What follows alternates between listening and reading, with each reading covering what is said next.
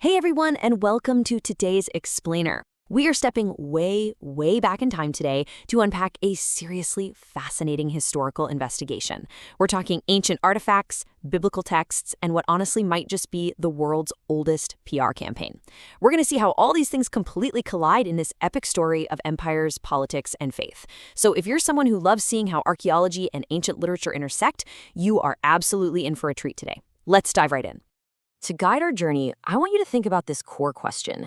How exactly did an ancient piece of Persian propaganda validate a 2,500-year-old biblical text?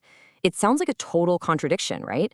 Well, today we're going to explore the central mystery of how a highly political artifact and a religious scripture ended up telling the exact same story, just from completely different perspectives. All right, Section 1, Discovery of the Cylinder. Let's put on our historical detective hats for a second and travel back to the 19th century to see how this foundational piece of history was literally dug right out of the dirt. Just look at the massive gap in this timeline. It's wild. In 539 BC, the mighty, seemingly invincible city of Babylon was conquered. Just one single year later, in 538 BC, a decree was created. And then, nothing. Fast forward over 2 millennia to March 1879, and a team of archaeologists working for the British Museum finally unearthed this very decree in modern-day Iraq. Now, what makes this discovery so fascinating is the exact location they found it, Esagila. You see, for the ancient Babylonians, this wasn't just some random temple. It was the absolute epicenter of their universe. It's where they celebrated their chief god, Marduk, defeating a chaos monster named Tiamat to build the city. So it goes without saying, finding anything buried here is a massive deal. And what they actually pulled from the rubble was the Cyrus cylinder. It's this barrel-shaped clay artifact, and it's completely covered in tiny, wedge-shaped Akkadian cuneiform script. Now, because Akkadian was basically the universal language of the ancient Near East back then, scholars were able to translate it almost immediately. And what they read was a stunning royal decree from the famous Persian ruler, King Cyrus the Great. Moving into Section 2, A Tale of Two Texts. This brings us to the real core conflict of our explainer. We're going to compare this newly discovered cylinder with a well-known ancient scripture that had already been passed down for centuries. So here is the glaring discrepancy scholars immediately faced. On one hand, the Cyrus cylinder firmly claims that the Babylonian god Marduk chose Cyrus, literally taking him by the hand.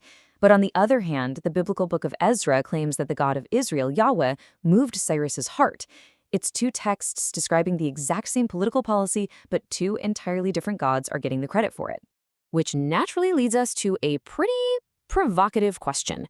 The Cyrus cylinder only mentions Mesopotamian sanctuaries. It literally never once mentions Jews, Judah, or Jerusalem. Because of this, some early skeptics asked a fair question. Did the biblical writers just make this whole story up? Did they invent this narrative of a Persian king generously letting them go home?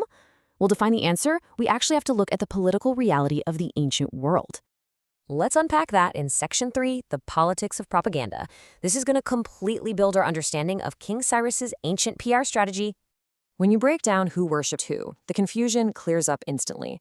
Cyrus was a Persian king, and he practiced Zoroastrianism, meaning his primary deity was Ahura Mazda.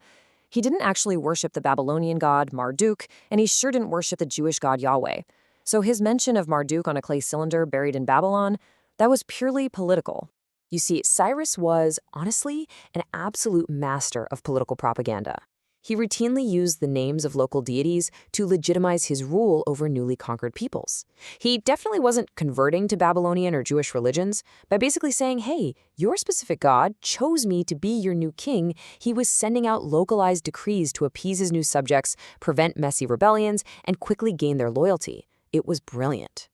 And what's super interesting is that the source material points out that the Bible itself actually proves this was a multi-tiered administrative process.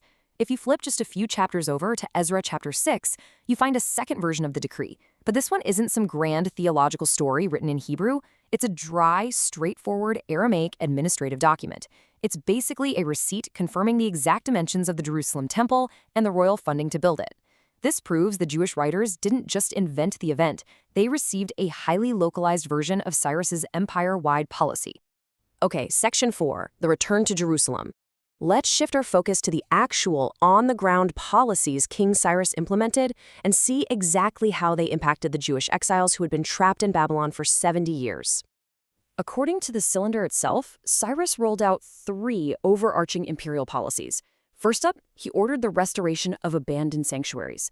Second, he mandated the return of stolen idols to their original places. And third, he allowed captive peoples to finally return to their homelands.